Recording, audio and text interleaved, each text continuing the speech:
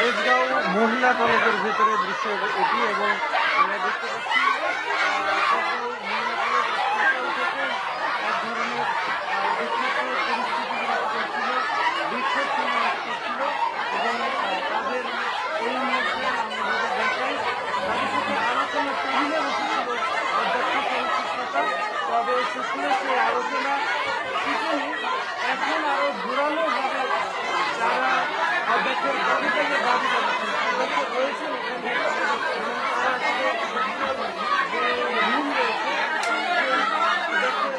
রুমে তারা তাদের পদত্যাগের দাবি জানিয়েছেন অধ্যক্ষের এবং সেই সাথে তারা বলেছেন যে অধ্যক্ষ রশিদার দাবি জানিয়েছেন এবং সেই দাবিতে সকাল থেকে তেজগাঁও মহিলা কলেজের ভেতরে আমরা দেখেছি যে বিক্ষোভ করেছেন শিক্ষার্থীরা।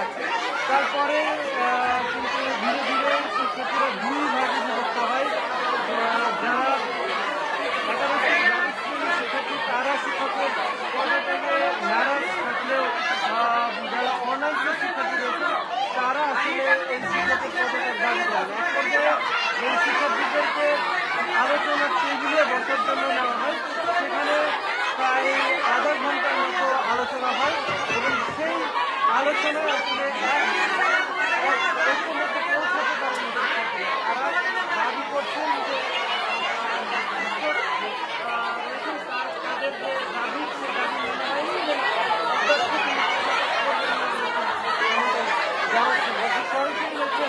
তেজগাঁও মহিলা কলেজ থেকে। এবং এই মুহূর্তে আপনাদেরকে তেজগাঁও মহিলা কলেজের ভেতরের দৃশ্য দেখানোর চেষ্টা করছি আপনাদেরকে। যারা শিক্ষার্থী রয়েছেন তারা কিন্তু এই অধ্যক্ষের পদত্যাগ দাবি করছেন এবং বলছেন যে যিনি অধ্যক্ষ রয়েছেন তিনি দুর্নীতিবাজ, তার বিরুদ্ধে স্বজনপ্রীতির অভিযোগ এবং দুর্নীতির অভিযোগ, বিশেষ করে পরীক্ষার ফিস সহ বিভিন্ন ফিস অভিযোগ করেছেন। তার বিপরীত পক্ষে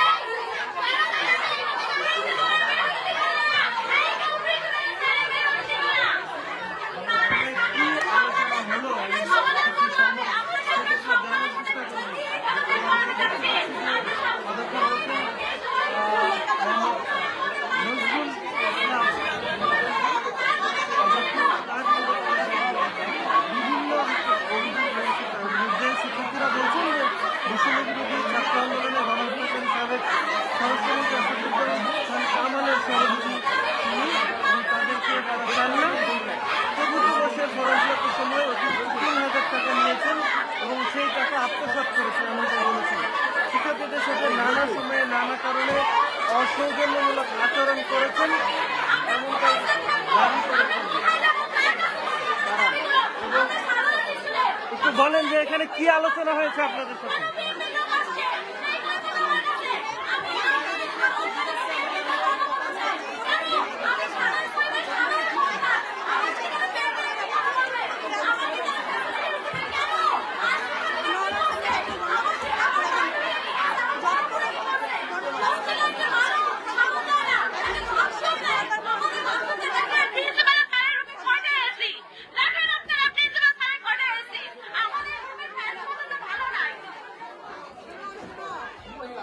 আপনাদের সাথে কি আলোচনা হলো এতক্ষণ?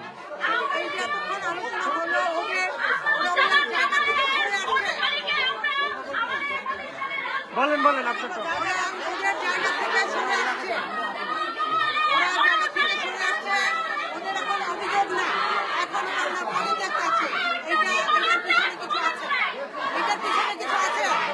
কারণ সারা দেশে যেটা হচ্ছে এটা যদি এখানেও হয় তাহলে বাংলাদেশের শিক্ষা ব্যবস্থা বলে কিছু থাকবে না, শিক্ষা থাকবে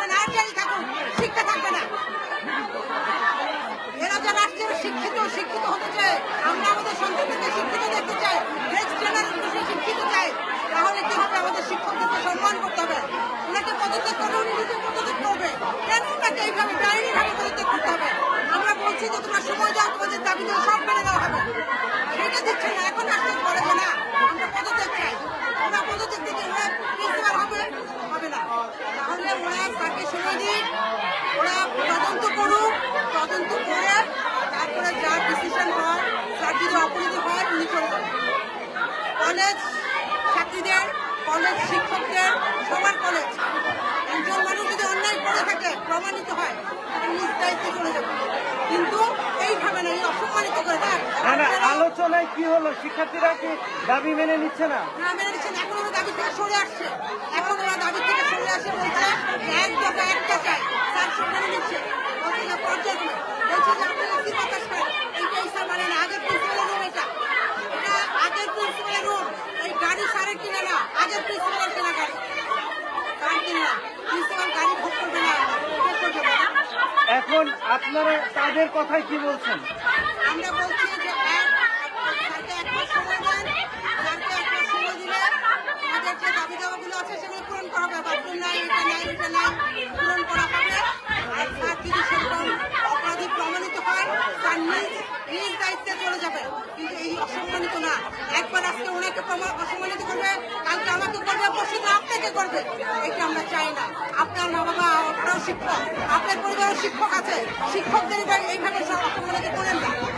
শিক্ষকদেরকে এইভাবে অসম্মানিত করে জাতি ধ্বংস হয়ে যাবে, জাতির মেরুদণ্ড থাকবে না। শিক্ষকদেরকে জাতির মেরুদণ্ড বলা হয়, জাতিগণের কারিগর বলা হয়। এই কি সেই কারিগরের প্রমাণ?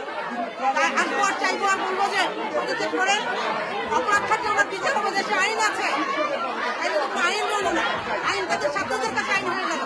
আমরা এর বিচার চাই, এর সুষ্ঠু সমাধান চাই, এবং সারা দেশ থেকে, শুধু দেশ থেকে, মহিলা কলেজ থেকে না, সারা দেশ থেকে চাই এই প্র্যাকটিস দূর হয়ে যাক, এই ব্যাড প্র্যাকটিস দূর হয়ে যাক।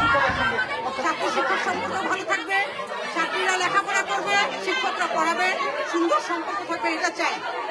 যারা শিক্ষকতা পেশায় আসে তারা টাকার জন্য আসে না, তারা শিক্ষকতা করতে আসে, শিক্ষাতে আসে, সম্মান চায়। সরাসরি দেখছিলেন ইত্তেফাকে। এই মুহূর্তে রয়েছি তেজগাঁও মহিলা কলেজে, এবং যেখানে শিক্ষার্থী এবং শিক্ষার্থীরা এই যে তেজগাঁও মহিলা কলেজের অধ্যক্ষ